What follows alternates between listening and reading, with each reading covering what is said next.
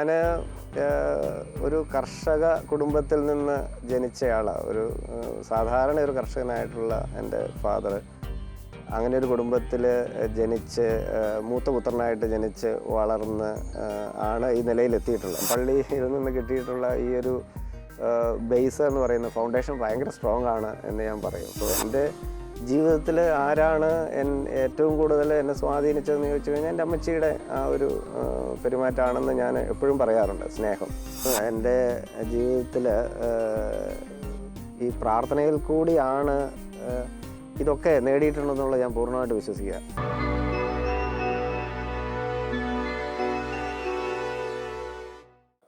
Jesus the സിയോയിലേക്ക് വീണ്ടും സ്വാഗതം. സാറിൻ്റെ ഫാമിലി ഒന്ന് പരിചയപ്പെടുത്തും. എൻ്റെ ഭാര്യ പീസമ്മ. പീസമ്മയുടെ വീട് പാലായിലാണ്, ചരണകുന്നേൽ എന്നാണ് വീട്ടുപേര്. സെൻറ് തോമസ് കോളേജിൽ പ്രൊഫസറായിരുന്ന CJ സെബാസ്റ്റ്യൻ സാറിൻ്റെ രണ്ടാമത്തെ മകളാണ്. സാറിൻ്റെ മക്കൾ 2 പേരാണ് ഉള്ളത്. മൂത്തത് മകനാണ്, അവന് എൻജിനീയറിങ് കഴിഞ്ഞു. ബിർള ഇൻസ്റ്റിറ്റ്യൂട്ട് ഓഫ് ടെക്നോളജിയിലായിരുന്നു മെക്കാനിക്കൽ എൻജിനീയറിങ്ങിൽ പഠിച്ചത്. അതിനുശേഷം ഇപ്പോൾ US MS ചെയ്യുന്നു, ഇൻഡസ്ട്രിയൽ എൻജിനീയറിങ്ങിലാണ്. അയോവ സ്റ്റേറ്റ് യൂണിവേഴ്സിറ്റിയിലാണ് ഇപ്പോൾ ഉള്ളത്. മകള് ഡൽഹി സെൻറ്റ് സ്റ്റീഫൻസ് കോളേജിൽ നിന്ന് BSc ഫിസിക്സ് ഓണേഴ്സ് കഴിഞ്ഞു. ഇപ്പോൾ അവളൊരു കൺസൾട്ടൻസിയിൽ അവിടെ ഗുർഗാവിൽ വർക്ക് ചെയ്യുകയാണ്. കുറച്ച് കൺസൾട്ടൻസിയിൽ എക്സ്പീരിയൻസിന് ശേഷം MBA ചെയ്യണമെന്നാണ് അവൾ ആഗ്രഹിക്കുന്നതെന്നാണ് പറയുന്നത്. പീസമ്മ എന്നുള്ള മാഡത്തിൻ്റെ പേര് തന്നെ ഒരു ഹിസ്റ്റോറിക്കലാണ്. അത് ഒരു പ്രത്യേക സന്ദർഭത്തിൽ ഇട്ട പേരാണെന്ന് പറയാം. അത് ഇൻഡോ ചൈന വാർ ഒരു കോംപ്രമൈസിലെത്തിയ സമയത്താണ് ഞാൻ ഉണ്ടായതെന്നാണ് പറഞ്ഞത്. അതിൻ്റെ ഒരു സ്മരണാർത്ഥം ആണ് ഈ പേരിട്ടത്. പീസമ്മ, സമാധാനം. അപ്പം ടോട്ടലി സമാധാനമാണ്. അത് സാറിനോട് തന്നെ ചോദിക്കണോ? സമാധാനത്തിൻ്റെ അമ്മ. കുറച്ച് നാൾ ഈ പേരെന്നെ കുഴക്കിയതാണ്. കാരണം പീസമ്മ എന്ന് പറഞ്ഞാൽ സ്പെല്ലിങ്ങിൻ്റെ ഒരു വലിയ പ്രശ്നം ഉണ്ടായിരുന്നു. എങ്ങനെ പറഞ്ഞാലും PIEC എന്ന് ആൾക്കാർ ആദ്യം എഴുതുള്ളൂ. അപ്പോൾ എവിടെ ചെന്നാലും ഞാൻ സ്പെല്ലിങ് അടക്കം പറഞ്ഞു കൊടുത്തു. കുറച്ച് നാളെ ശാന്തമ്മ എന്ന് വിളിച്ചു, തിരിച്ചു പീസമ്മയായി. മലയാളത്തിലോട്ട് വരുമ്പോൾ തന്നെ ശാന്തമ്മയാണ്. സാറിൻ്റെ ഏറ്റവും വലിയ ക്വാളിറ്റി എന്തായിട്ടാണ് മാഡത്തിന് തോന്നുന്നത്? വളരെ സാറും അതെ, ഒരു ദേഷ്യക്കാരനൊന്നുമല്ല. നമ്മൾ ആദ്യ കാലത്തൊക്കെ ഈ ജോലി തിരക്കും ഒക്കെ വരുമ്പോൾ എല്ലാ സ്ത്രീകളെയും പോലെ തന്നെ ഞാനും ആദ്യകാലത്തൊക്കെ ഇച്ചിരി ഈ സമയത്തിന് വരുന്നില്ല, നേരത്തെ വരണം എന്നൊക്കെയുള്ള ഒരു പിടിവാശിയൊക്കെ ഉണ്ടായിരുന്നു. ഇപ്പോൾ ഒരു പ്രശ്നമില്ല. ഇപ്പം ഞങ്ങൾ 2 പേരും അഡ്ജസ്റ്റ് ചെയ്യാറായല്ലോ, അതുകൊണ്ട് ഇപ്പോൾ കുഴപ്പമൊന്നുമില്ല. അല്ല, ആ കാലത്തും എൻ്റെ ആ ഒരു ഇതിനെയൊക്കെ പറ്റുന്ന രീതിയിൽ ഒക്കെ ചെയ്യാനായിട്ട് ശ്രമിക്കുമായിരുന്നു.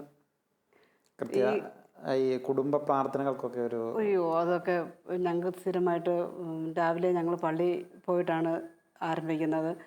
അതുപോലെ കുടുംബ പ്രാർത്ഥന ഒരിക്കലും മുടങ്ങാതെ ഉണ്ട്. ചെറുതാണ്, ഒത്തിരി ലെങ്തിയല്ല, എന്നാലും ഉണ്ട്. എല്ലാ ദിവസവും പ്രാർത്ഥിക്കാനായിട്ടുള്ള സമയം കണ്ടെത്തുന്നുണ്ട് തിരക്കിൻ്റെ ഇടയിലാണെങ്കിൽ. ഇപ്പോഴാണെങ്കിലും കളക്ടറാണെങ്കിലും ഒക്കെ ഞങ്ങൾ അത് കഴിഞ്ഞിട്ടേ കിടക്കാറുള്ളൂ. അപ്പോൾ ഈ കുട്ടികളുടെ കാര്യത്തിലൊക്കെ ആണെങ്കിൽ ഈ തിരക്കിൻ്റെ ഇടയിൽ ശ്രദ്ധിക്കാനായിട്ട് പലപ്പോഴും സമയം കിട്ടാത്തൊരവസ്ഥ ഉണ്ടാവും. അപ്പം അങ്ങനെ ഉണ്ടായിട്ടുണ്ടോ? അങ്ങനെ തോന്നിയിട്ടില്ല. കുട്ടികൾക്ക് വേണ്ടത് അവരുടെ ഒരു സ്നേഹം മാത്രമാണ്. നമ്മളുടെ സ്നേഹം അവർക്ക് കൊടുക്കുന്നു, അവരുടെ കാര്യങ്ങൾ നമ്മൾ ഷെയർ ചെയ്യുന്നു. പഠിത്ത കാര്യങ്ങളിലൊന്നും ഞങ്ങൾ 2 പേരും അത്രയധികം സ്ട്രെസ് ചെയ്തിട്ടൊന്നുമില്ല. അവർ സ്വന്തമാണ് പഠിച്ചത്, അത് വളരെ ഭംഗിയായിട്ട് അവർ ചെയ്യുകയും ചെയ്തു. പക്ഷേ ഒരിക്കലും ഒരു ഡിസ്റ്റൻസ് ഫീൽ ചെയ്തിട്ടില്ല. ഇപ്പോഴാണെങ്കിലും 2 പേരും പുറത്താണ്. പ്രീ ഡിഗ്രി കഴിഞ്ഞതിന് ശേഷം ഞങ്ങൾക്ക് അവരെ കിട്ടിയിട്ടേ ഇല്ല, അവർ പുറത്താണ്. പക്ഷേ എല്ലാ ദിവസവും ഇതുവരെ മോനൊക്കെ പോയിട്ട് എത്ര വർഷമായി, ഒരു ദിവസം പോലും ഫോൺ ചെയ്ത് ഒരു 10-15 മിനിറ്റ് സംസാരിക്കാത്ത ഒരു ദിവസവും ഇല്ല. അപ്പോൾ അതുകൊണ്ട് ഭയങ്കര സ്ട്രോങ് റിലേഷൻഷിപ്പാണ് ഞങ്ങൾ പിള്ളേർ തമ്മിലുള്ളത്. ഒരു ഭർത്താവെന്ന നിലയിൽ സാറിൻ്റെ ഏറ്റവും വലിയ ക്വാളിറ്റി എന്തായിട്ടാണ് കരുതിയത്? സാറ് പറഞ്ഞില്ലേ, നമ്മളെ നല്ലപോലെ മനസ്സിലാക്കുന്ന ആളാണ്. അതുകൊണ്ട് എനിക്കെന്താ വേണ്ടതെന്ന് സാറിനറിയാം. അതുകൊണ്ട് ഈ ഔദ്യോഗിക കാര്യങ്ങളുടെ ഇടയ്ക്കും അതിനൊരു സമയം സാറ് കണ്ടെത്താറുണ്ട് എപ്പോഴും. പിന്നെ സാറിന് ഇപ്പോഴാണ് ശരിക്കും അതിനൊട്ടും സമയം കിട്ടാറില്ലാത്തത്. എങ്കിലും ഉള്ള സമയത്ത് ഫാമിലിയായിട്ട് സമയം ചെലവഴിക്കാനായിട്ട് നോക്കാറുണ്ട്. കുട്ടികളുടെ കാര്യം അതുപോലെ തന്നെ ഈ തിരക്കൊക്കെ ആണെങ്കിലും അവരുടെ കാര്യത്തിലും എല്ലാം ശ്രദ്ധിക്കാറുണ്ട്. ഓഫീസിലെ ടെൻഷൻസ് വീട്ടിലേക്ക് കൊണ്ടുവരുന്ന ഒരു സാധാരണ ഒരു ഉദ്യോഗസ്ഥർ അങ്ങനെ ഒട്ടുമല്ല കേട്ടോ, അങ്ങനെയല്ല. ഒട്ടുമല്ല. പിന്നെ ഞങ്ങൾ തമ്മിൽ എല്ലാ കാര്യങ്ങളും ഇങ്ങനെ എന്നോടും വന്ന് ഡിസ്കസ് ചെയ്യും. ഷെയർ ചെയ്യാറുണ്ട്. ഓഫീസിലെ കാര്യം പോലും ഷെയർ ചെയ്യാറുണ്ട്. വളരെ ഇന്നോവേറ്റീവ് ആയിട്ടുള്ള കാര്യങ്ങൾ ഇതുണ്ട്. വളരെ ക്രിയേറ്റീവ് ആയിട്ടുള്ള ഒരാളാണ് സാറിൻ്റെ ഏറ്റവും വലിയ ഗുണമായിട്ടും പറയുന്നതാണ് ഓരോ ചെല്ലുന്ന മേഖലയിൽ തനതായിട്ടുള്ള ഒരു വ്യക്തിത്വം. അപ്പം അതിലെന്തെങ്കിലും ഭാര്യയുടെ കോൺട്രിബ്യൂഷൻ ഉണ്ട്? ഒത്തിരിയുണ്ട്. ഞാനത് എല്ലാ കാര്യവും ഡിസ്കസ് ചെയ്യാറുണ്ട്. കാരണം ഈ ഐഡിയ ഫോമുലേഷൻ എന്ന് പറയുന്നത് പെട്ടെന്ന് ഒരു ദിവസം ഉണ്ടാകുന്നതല്ല. അതിങ്ങനെ പറഞ്ഞ് അത് ഞങ്ങൾ തമ്മിൽ, ഫ്രണ്ട്സ് തമ്മിൽ. അപ്പോൾ ഏറ്റവും ആദ്യം പീസ്മയോടായിരിക്കും, പിന്നെ എൻ്റെ ഇച്ചാച്ചനാണ് ഏറ്റവും കൂടുതൽ, ഫാദറിലോ പീസ്മയുടെ ഫാദർ ഏറ്റവും കൂടുതൽ ഇപ്പോൾ ഞങ്ങളെ മോട്ടിവേറ്റ് ചെയ്യുന്ന ഇച്ചാച്ചനാണ്. അപ്പോൾ അതുകൊണ്ട് എന്ത് കാര്യം ഉണ്ടെങ്കിലും ഇച്ചാച്ചനോടൊന്ന് ഷെയർ ചെയ്യും. അതിൻ്റെ ഒരു വിവിധ വശങ്ങൾ, സാമൂഹിക വശങ്ങൾ. കാരണം അവരുടെയൊക്കെ ഒരു എക്സ്പീരിയൻസ് എന്ന് പറയുന്നത് നമുക്ക് വളരെ വലുതാണ്. അപ്പോൾ അതുകൊണ്ട് എല്ലാം ഷെയർ ചെയ്യാറുണ്ടെന്നാണ് ഞാൻ വിശ്വസിക്കുന്നത്. അത് എല്ലാ കാര്യത്തിൻ്റെ ആദ്യം തുടക്കം വീട്ടിൽ ഇവിടെ ഞങ്ങൾ രണ്ടുപേരും കൂടെ തമ്മിലാണ് ഡിസ്കസ് ചെയ്യാറ്. പുതിയ ഏതെങ്കിലും പദ്ധതികൾ ആവിഷ്കരിക്കുമ്പോഴാണെങ്കിലും. അപ്പം അതിൻ്റെ അത് മാഡം ക്രിയേറ്റീവ് ആയിട്ടുള്ള സജഷൻസ് കൊടുക്കാറുണ്ട്. ഈ ഇപ്പോൾ വേസ്റ്റിൻ്റെ ഒക്കെ ആണെങ്കിൽ അത് കുറച്ചുകൂടെ നമുക്കും ഒരു ഇത് പറയാവുന്ന ഒരു ഫീൽഡാണല്ലോ. അപ്പോൾ എനിക്ക് അറിയാവുന്ന രീതിയിലൊക്കെ പറയാറുണ്ട്. വേസ്റ്റ് മാനേജ്മെൻറ്റ് പ്രത്യേകിച്ചും ഈ ബയോഗ്യാസും അങ്ങനത്തെ ഒക്കെ അതിനൊക്കെ ഭയങ്കര താല്പര്യമാണ്. അങ്ങനെയുള്ള കാര്യം കൃഷിയിലും ഞാൻ കൃഷിക്കാരൻ്റെ മകനാണെങ്കിലും കൃഷിയിൽ താല്പര്യം ആക്ച്വലി പീസ്മയ്ക്കാണ്, എനിക്കല്ല ആ ക്വാളിറ്റി. അപ്പം ഇവിടെ തന്നെ ആണെങ്കിലും ഒരു ചെറിയൊരു അടുക്കളത്തോട്ടമൊക്കെ ഉണ്ടാക്കിയിട്ടുണ്ട്. ബയോഗ്യാസ് പ്ലാന്റും ഉണ്ട് ഇവിടെ തന്നെ. ഇവിടെയുണ്ട്. മറ്റേ ട്രിവാൻഡ്രത്തായിരുന്നപ്പോഴും ഞങ്ങൾ വർഷമായിട്ട് അത് ഉപയോഗിക്കുന്നതാണ്. അപ്പം സാറിൻ്റെ ഈ മെസ്സേജുകളൊക്കെ ആദ്യം പകർത്തുന്നത്, പ്രാക്ടിക്കലായിട്ട് പകർത്തുന്നത് ഇവിടെ തന്നെയാണ്, വീട്ടിൽ തന്നെയാണ്, സ്വന്തം വീട്ടിൽ. നമ്മൾ വീട്ടിൽ പ്രാക്ടീസ് ചെയ്തിട്ടാണല്ലോ പുറത്തോട്ട് പറയാൻ എളുപ്പം. അതാണ്. പലരും പ്രാക്ടീസ് ചെയ്യാറില്ല, പറയുക മാത്രമേ ഉള്ളൂ. പക്ഷേ ഇവിടെ അതുണ്ട്. അതിൽ പലപ്പോഴും ഈ വേസ്റ്റ് മാനേജ്മെൻറ്റിൻ്റെ കാര്യം പറയും, പ്രത്യേകിച്ച് ബയോഗ്യാസ് പ്ലാന്റിൻ്റെ കാര്യം പറയുമ്പോൾ ഒരു എക്സാമ്പിളായിട്ട് ഞാൻ കോട്ട് ചെയ്യാറുണ്ട്. എൻ്റെ വീട്ടിലുണ്ടെന്ന് മാത്രമല്ല, പീസ്മ ആക്ച്വലി പ്യുവർ വെജിറ്റേറിയൻ ആണ്. ഇതുവരെ അങ്ങനെ വളരെ അത് വർഷങ്ങളായിട്ട് അങ്ങനെ തന്നെ കീപ്പ് ചെയ്യുന്നതാണ്. അപ്പോൾ ബയോഗ്യാസ് പ്ലാന്റ് ഉണ്ടാക്കിയപ്പോൾ ഞങ്ങൾ 2 പേരേ ഉള്ളൂ. അപ്പോൾ അതിനകത്ത് കുറച്ച് നന്നായിട്ട് സാധനങ്ങളൊക്കെ കയറിയാലാണല്ലോ ഗ്യാസ് വരുള്ളൂ. അപ്പോൾ അതിന് മീൻ വാങ്ങാൻ പോകുമ്പോൾ ആ മീൻകാരനോട് ബാക്കിയുള്ളവരുടെ കൂടെ വെട്ടി വെച്ചിരിക്കുന്ന ബാക്കിയും കൂടെ വാങ്ങിച്ചിട്ട് കൊണ്ടുവന്ന് ഇടുന്ന ഇതുണ്ടായിരുന്നു. മീൻ ആക്ച്വലി ഒട്ടും ഇഷ്ടമില്ലാത്ത ഒരാൾ അങ്ങനെ ചെയ്യുമ്പോൾ ഞാനത് ഉദാഹരണമായിട്ട് ഞാൻ പറയാറുണ്ട്. അത് മേടിക്കുന്നതിൻ്റെ കാര്യമുണ്ട്. അവരത് വെറുതെ വേസ്റ്റാക്കി എവിടെയെങ്കിലും കൊണ്ട് ഇതുപോലെ തോട്ടിലും ഒക്കെ കൊണ്ട് തള്ളുകയുള്ളൂ, ഉപേക്ഷിക്കുകയുള്ളൂ. അതിനേക്കാളും നല്ലത് നമുക്കാണെങ്കിൽ അത് ഗ്യാസായിട്ട് മാറുന്നത്. അപ്പോൾ ഇത് നിങ്ങൾക്ക് ആവശ്യത്തിനൊന്നും അല്ലല്ലോ ഇല്ലേന്ന് ചോദിച്ച് മേടിച്ചുകൊണ്ട് പോരുമായിരുന്നു.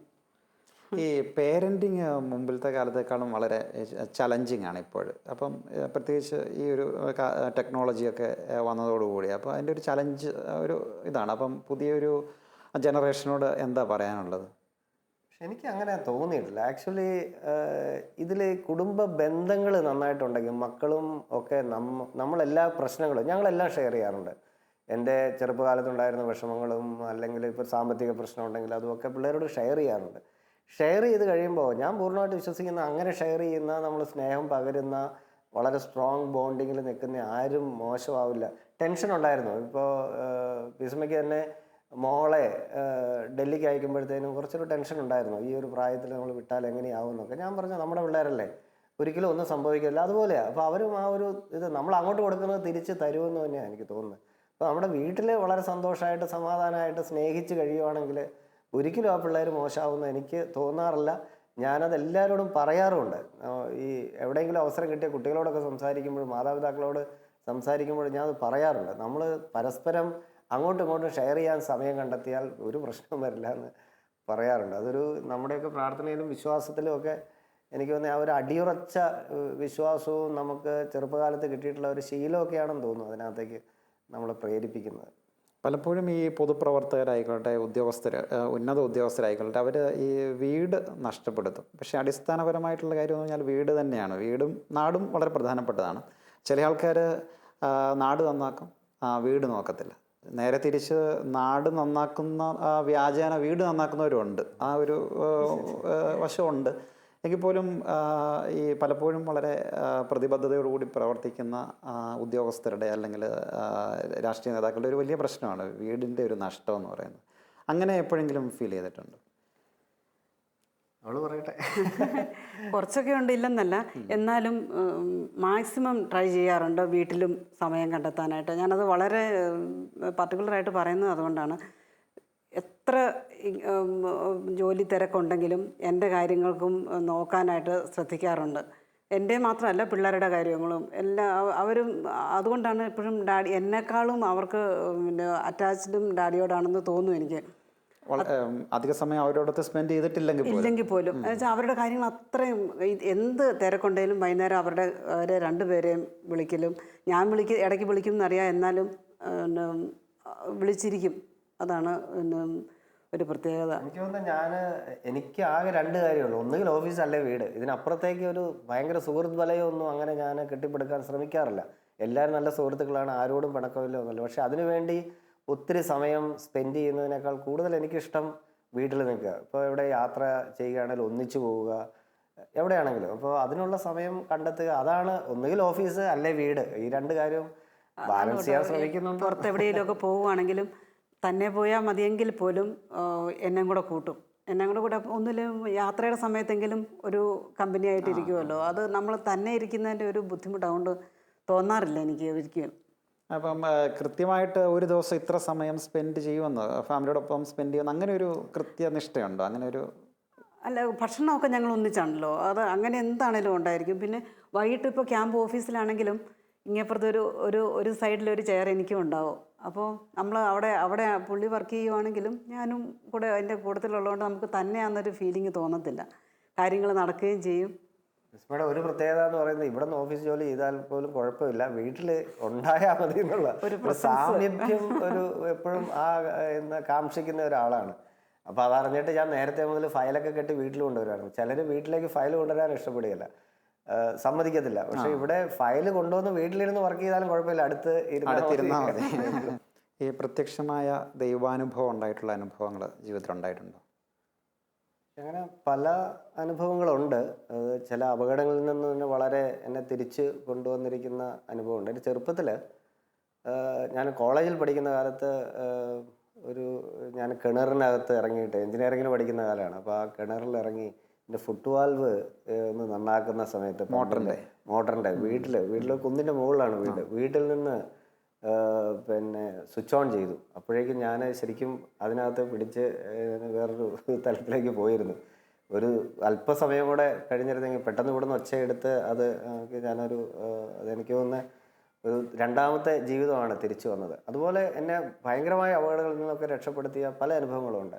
പക്ഷെ എൻ്റെ കരിയറിൽ വളരെ വിചിത്രമായിട്ട് തോന്നിയിട്ടുള്ള ചില സംഗതികളുണ്ട്. ഞാൻ നേരത്തെ പറഞ്ഞു, എനിക്ക് IAS കിട്ടാനൊരു സാധ്യതയുള്ള ഒരാൾ എന്നുള്ള നിലയിൽ കുറച്ച് നാൾ മുമ്പ് മുതൽ എന്നെ അങ്ങനെ കൗണ്ട് ചെയ്തിരുന്നു പലരും, എൻ്റെ സീനിയേഴ്സ് ഓഫീസേഴ്സൊക്കെ. അതിൻ്റെ ഇടയിൽ എനിക്ക് ചുമ്മാ ഒരു തോന്നി, ടൂറിസത്തിൽ വർക്ക് ചെയ്യുമ്പോൾ ലീവ് എടുക്കണമെന്ന് തോന്നി. ഇതിൽ നിന്ന് മാറി എനിക്ക് പ്രൈവറ്റ് മേഖലയിലേക്ക് പോകണമെന്ന് വല്ലാതെ തോന്നി. ഞാൻ ലീവിന് അപ്ലൈ ചെയ്തു. 5 വർഷത്തെ ലീവ് വേണമെന്ന് പറഞ്ഞ് ലീവിന് അപ്ലൈ ചെയ്തു. എന്നെ നിർബന്ധിച്ചിട്ടും ഞാൻ ആ ലീവിൽ തന്നെ വേണമെന്നുള്ളൊരു ശാഠ്യത്തിൽ ഞാൻ ലീവ് എടുത്തു പോയി 3 വർഷം. ആ സമയത്താണ് ഇവിടെ തേക്കടി ബോട്ട് ദുരന്തം ഉണ്ടാകുന്നത്. ഞാൻ അന്ന് ലീവ് എടുത്ത് പോയില്ലായിരുന്നെങ്കിൽ എനിക്ക് ഒരു കാരണവശാലും IASലേക്ക് എന്നെ കൺസിഡർ ചെയ്യാനോ ഇങ്ങനെയുള്ള ഒരു പദവിയോ എത്താൻ പറ്റില്ല. ഇത് ദൈവം എന്നെ കൈ പിടിച്ച് എന്നെ അവിടെ നിന്ന് ബലം പിടിച്ച് മാറ്റി നിർത്തി സമയമായപ്പോൾ തിരിച്ച് കൊണ്ടുവന്ന് എനിക്ക് തന്ന പോലെ അതിൽ കൂടുതൽ എനിക്കൊരു അനുഭവം എനിക്ക് പറയാനില്ല. കാരണം അന്ന് ഒരു ആവശ്യമില്ലായിരുന്നു അന്ന് ലീവ് എടുത്തുകൊണ്ട്. എല്ലാവരും എന്നെ കേസ് ചെയ്തതാണ് ലീവ് എടുക്കുന്നത്. എനിക്കും അറിയില്ലായിരുന്നു എന്തുകൊണ്ടാണ് ലീവ് എടുക്കുന്നത്. അത് ദൈവത്തിൻ്റെ ഒരു പ്രവൃത്തിയായിട്ട് ഞാൻ കാണുകയാണ്. മാഡത്തിന് അത്തരത്തിലുള്ള അനുഭവങ്ങൾ? ഇല്ല, ഇത് ഞങ്ങൾ ശരിക്കും ഇപ്പോഴും ദൈവത്തിന് എന്നെന്ന് പറഞ്ഞ പോലെ നന്ദി പറയുന്ന ഒരു കാര്യമാണ്. ഒരിക്കലും ശരിക്കും ജോസ് ഒന്നാമത് ഈ ടൂറിസത്തിൽ അത്ര നല്ലതായിട്ട് നിന്ന സമയത്താണ് അങ്ങനെ ഒരു ലീവ് എടുക്കുന്നത്. അന്ന് ഞങ്ങളുടെ ഫ്രണ്ട്സ് എല്ലാവരും ചോദിച്ചു, എന്തിനാ ഇപ്പോൾ ഇങ്ങനെ ഈ സമയത്തൊരു ലീവ് ജോസിന് ആവശ്യമില്ലല്ലോ. ഇത് ശരിക്കും ദൈവം തോന്നിച്ചതെന്ന് പറഞ്ഞാൽ ദൈവത്തിൻ്റെ ഒരു ഇടപെടൽ മാത്രമാണെന്ന് ഞങ്ങൾ പൂർണ്ണമായിട്ടും വിശ്വസിക്കുകയാണത്. അല്ലെങ്കിൽ ഒരിക്കലും ഇങ്ങനെ ഒരു IAS എടുക്കാനോ ഇങ്ങനെ ഒരു ഇതൊന്നും ഉണ്ടാവില്ലായിരുന്നു. അത് ദൈവത്തിൻ്റെ പൂർണ്ണമായിട്ടുള്ള ഇടപെടലാണെന്ന് ഞങ്ങൾ അത് ശരിക്കും എന്നും അതിന് നന്ദി പറയാറുമുണ്ട്. അതുപോലെ പല അനുഭവങ്ങളുണ്ട്.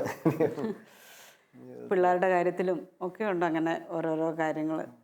ഓരോന്ന് നമുക്ക് ഭയങ്കര ശരിയല്ലല്ലോ എന്ന് തോന്നുന്ന കാര്യങ്ങളും അത് സമയമാകുമ്പോൾ അത് അങ്ങനെ വന്നത് നല്ലതിനായിരുന്നു എന്ന് വിചാരിക്കുന്ന പോലെ വന്നിട്ടുള്ള പല കാര്യങ്ങളും ഉണ്ട് ഞങ്ങളുടെ ജീവിതത്തിൽ. ദൈവം ഒരുക്കുന്നത് പോലെ ശരിക്കും പിടിച്ച അതാണ് ഇങ്ങനെ കൊണ്ടുപോകുന്ന പോലെ തോന്നിയിട്ടുണ്ടായിരുന്നു. അല്ലെങ്കിൽ ഈ താഴേന്ന് ഇവിടെ എത്തുക എന്ന് പറയുന്നത് ഒരു അസംഭാവികമായിട്ടുള്ള ഈ പെട്ടെന്നുള്ള തീരുമാനങ്ങൾ എടുക്കേണ്ടതായിട്ട് വരും. ഒരു കളക്ടർ എന്ന നിലയിലും നേരത്തെ വ്യാപരിച്ചിരുന്ന മണ്ഡലങ്ങളിലൊക്കെ ആണെങ്കിലും അങ്ങനെ വരാറുണ്ട്. എമർജൻസി ആയിട്ട് പെട്ടെന്നൊരു തീരുമാനം എടുക്കേണ്ടതായിട്ട് വരും. അപ്പം ഒരു ദൈവത്തിൻ്റെ ഒരു പ്രാർത്ഥന ഞാൻ തീരുമാനം എടുക്കുന്നതിൽ വളരെ പ്രസിദ്ധനാണ്. കാരണം IAS ഇല്ലായിരുന്നെങ്കിൽ കൂടി നേരത്തെ IASകാർ എടുക്കുന്ന പോലെ, കാരണം ഞാൻ വർക്ക് ചെയ്തിട്ടുള്ള വളരെ പ്രഗത്ഭന്മാരായ ആൾക്കാരുടെ കൂടെയാണ്. ഇപ്പോൾ Amitabh Kant, T Balakrishnan, Bharat Bhushan sir, doctor Venu, ഇങ്ങനെ UK സാർ, ഇതുപോലെ വളരെ പ്രഗത്ഭന്മാരായ IASകാരുടെ അവരൊക്കെ തീരുമാനം എടുത്തുള്ള ആ പരിചയം, കൂടെ നിന്നിട്ടുള്ള പരിചയമാണെന്ന് തോന്നുന്നു. അങ്ങനെ എടുക്കുമ്പോൾ ഞാൻ എപ്പോഴും എടുക്കുന്ന തീരുമാനത്തിന് മുമ്പ് സെൻറ്റ് ജൂത് എൻ്റെ ഒരു വീക്ക്നെസ്സാണ്. പരീക്ഷ എഴുതുമ്പോഴും അതുപോലെ തീരുമാനങ്ങൾ എടുക്കുമ്പോഴും രാവിലെ ഒരു പ്രവൃത്തി ചെയ്യുന്നതിന് മുമ്പും അറിയാതെ മനസ്സിൽ സെൻറ്റ് ജൂതിൻ്റെ നൊവേന ചെല്ലുന്നത് എൻ്റെ ഒരു വീക്ക്നെസ്സാണ്. കരുണക്കൊന്ത ചെല്ലുന്നത് പീസ്മയുടെ ഒരു വീക്ക്നെസ്സാണ്. അപ്പോൾ ഈ തീരുമാനത്തിന് മുമ്പിൽ സെൻറ്റ് ജൂതാണ് ഞാൻ എപ്പോഴും ചെയ്യാറുള്ളത്. അതൊന്ന് പ്രാർത്ഥിച്ചിട്ട് അങ്ങ് എടുക്കും, അതങ്ങ് നടക്കും, നല്ലതിനെ വരുള്ളൂ എന്നുള്ള, നന്നായി തന്നെ പോകും എന്നുള്ള ഒരു തീരുമാനം. പിന്നെ ഞാൻ നേരത്തെ പറഞ്ഞ പോലെ രാവിലെ കുർബാന കാണുമ്പോഴും ഞാൻ ആ തീരുമാനങ്ങൾ ഒന്നും കൂടെ ഒന്ന് അപഗ്രഥിച്ച് ഒന്ന് മനസ്സിലിട്ടൊന്ന് ഇത് ചെയ്യാറുണ്ട്. ശരിയാണെന്ന് ജോസ് എടുക്കുന്ന എല്ലാ തീരുമാനങ്ങളും ഒക്കെ എടുക്കുന്നതിന് ഇങ്ങനെ ഇന്ന് എനിക്ക് ഇങ്ങനെ ഉണ്ട് കേട്ടോ എന്നൊക്കെ പറഞ്ഞു പോയാൽ ഞാൻ ആ സമയത്തൊക്കെ ഇന്ന് കരുണക്കൊന്ത ചെല്ലാറുണ്ട്. വീട്ടിൽ ഞാൻ ഭാര്യയുടെ ഒരു പ്രാർത്ഥന എപ്പോഴും ഒരു വലിയ ശക്തിയായിരുന്നു. ഞാൻ ഒരു ദിവസം പല പ്രാവശ്യം ഇങ്ങനെ കരുണക്കൊന്ത ചെല്ലുന്നയാളാണ്. അത് എനിക്ക് തോന്നുന്നു ജോസ് അവിടെ വല്ല തീരുമാനങ്ങളൊക്കെ എടുക്കുന്ന സമയത്തായിരിക്കും എനിക്ക് ചിലപ്പോൾ ഇങ്ങനെ നമുക്ക് ഒരു ഉൾവിളി പോലെ വരുമല്ലോ, ഇപ്പോൾ ഒന്ന് ചെല്ലണം എന്ന് അങ്ങനെ തോന്നി പലപ്പോഴും ചെല്ലാറുണ്ട്. അപ്പം ഇങ്ങനെ തിരിച്ചു വരുമ്പോഴാണ് പറയുന്നത് ഇന്ന് എനിക്ക് ഭയങ്കര ഇതായിരുന്നു കേട്ടോ ആ സമയത്ത് എന്നൊക്കെ. ചിലപ്പം അത് നമുക്ക് ദൈവം തോന്നിക്കുന്നതായിരിക്കും ആ സമയത്ത് അങ്ങനെ ചെല്ലണം എന്നുള്ളൊരു ഫീലിംഗ് വരുത്തുന്നത്. കരുണക്കൊന്ന കരുണക്കൊന്ന വളരെ പ്രസിദ്ധമാണ്. അത് വളരെ ശക്തമായ, പക്ഷെ എനിക്ക് ഭയങ്കര ഒരു പ്രൊട്ടക്ഷൻ പോലെയാണ് അങ്ങനെ ചെല്ലുമ്പോൾ. എൻ്റെ പ്രാർത്ഥനയുടെ കാര്യം, ഞാൻ എഞ്ചിനീയറിങ്ങിനൊക്കെ പഠിക്കുന്ന കാലത്തൊക്കെ ഒരു ആവറേജ് വിശ്വാസിയാണ്. ഞാൻ കല്യാണം കഴിക്കുന്ന സമയത്ത് ഒരു ആവറേജ് വിശ്വാസി, എല്ലാം ചെയ്യും. ചെറുപ്പകാലത്തിൽ അങ്ങനെയൊക്കെ ഉണ്ടെങ്കിലും പിന്നെ അതത്ര പ്രകടമായിട്ട് ചെയ്യാനൊക്കെ ഈ ഭക്തിയുടെ മാർഗത്തിലൊന്ന് ആഴപ്പെടുത്തി ഡെഫിനറ്റ് ആയിട്ടും വിസ്മയാണ് അതിനകത്ത് ആഴപ്പെടുത്തിയത്.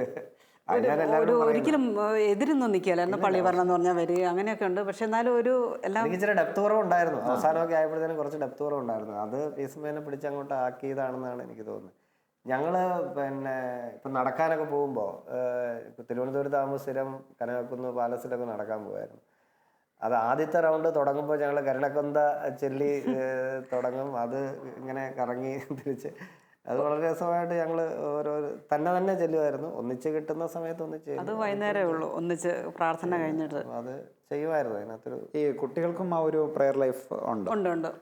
മോനൊക്കെ കൂടുതലാണ്, മോൾക്ക് അത്രയില്ല വരുന്നതേ ഉള്ളൂ. ഇല്ല ഇപ്പോൾ അവളും കുഴപ്പമില്ല. മറ്റേ അവൾക്ക് നമുക്ക് കൂടുതലാണെന്നുള്ള ഒരു ഇതുണ്ടായിരുന്നു. പക്ഷെ ഇപ്പോൾ ഒന്നുമില്ല. ഇപ്പോൾ അവൾക്ക് മനസ്സിലായി നമ്മൾ അത് ആ പ്രായത്തിന്റെ അതായിരിക്കും. പഠിക്കുമ്പോൾ ഇങ്ങനെ ഭയങ്കര ആക്റ്റീവായിട്ട്, പക്ഷെ എതിർത്തൊന്നും പറയില്ല ഇതിനകത്തേക്ക്. എന്നാലും മോന് പക്ഷെ വളരെ ഭയങ്കര ഇപ്പോഴും അവിടെ ആണേലും എല്ലാ സൺഡേയും പോയിരിക്കും, പറ്റുമെങ്കിൽ സാറ്റർഡേയും പോവും.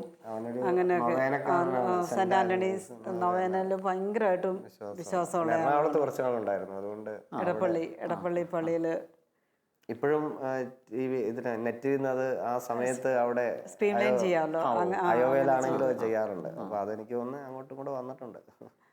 ആ ഒരു ബലമാണ് ഞങ്ങൾക്ക്. അല്ല പിന്നെ അവർ കാണുന്നുണ്ടല്ലോ നമ്മുടെ ഒരു പ്രാർത്ഥനാ ജീവിതമൊക്കെ കാണുന്നതുകൊണ്ടായിരിക്കാം കുട്ടികളും അങ്ങനെ ഒരു ഇതിലേക്ക് വരുന്നത്. മോൾക്കില്ലെങ്കിലും ഇല്ലെന്ന് ആയിരുന്നു ആദ്യമെങ്കിലും ഇപ്പോഴും അവളും ആ ഒരു ഇതിലേക്ക് വരുന്നുണ്ട്. അത് ഒത്തിരി സന്തോഷമാണ് കേട്ടോ കാണുന്നതും. ആദ്യം ഈ മോൻ്റേതും ഞാനിങ്ങനെ മോളോട് പറയായിരുന്നു, മാളും നോക്ക് ചേട്ടനൊക്കെ കണ്ടോ എന്ന് പറയുമ്പോൾ അത് കുഴപ്പമില്ല എന്നൊക്കെ ഇപ്പം പറയും. അവർക്കും അത് മനസ്സിലായി തുടങ്ങിയിട്ടുണ്ട്. ആ ദൈവകൃപയിൽ ആശ്രയിക്കുമ്പോൾ കിട്ടുന്ന ഒരു വ്യത്യാസം. ഞങ്ങൾ എക്സ്പീരിയൻസ് ചെയ്തുകൊണ്ടിരിക്കുകയാണല്ലോ ഓരോ ദിവസവും എന്നുള്ള രീതിയിൽ. അതാണ്.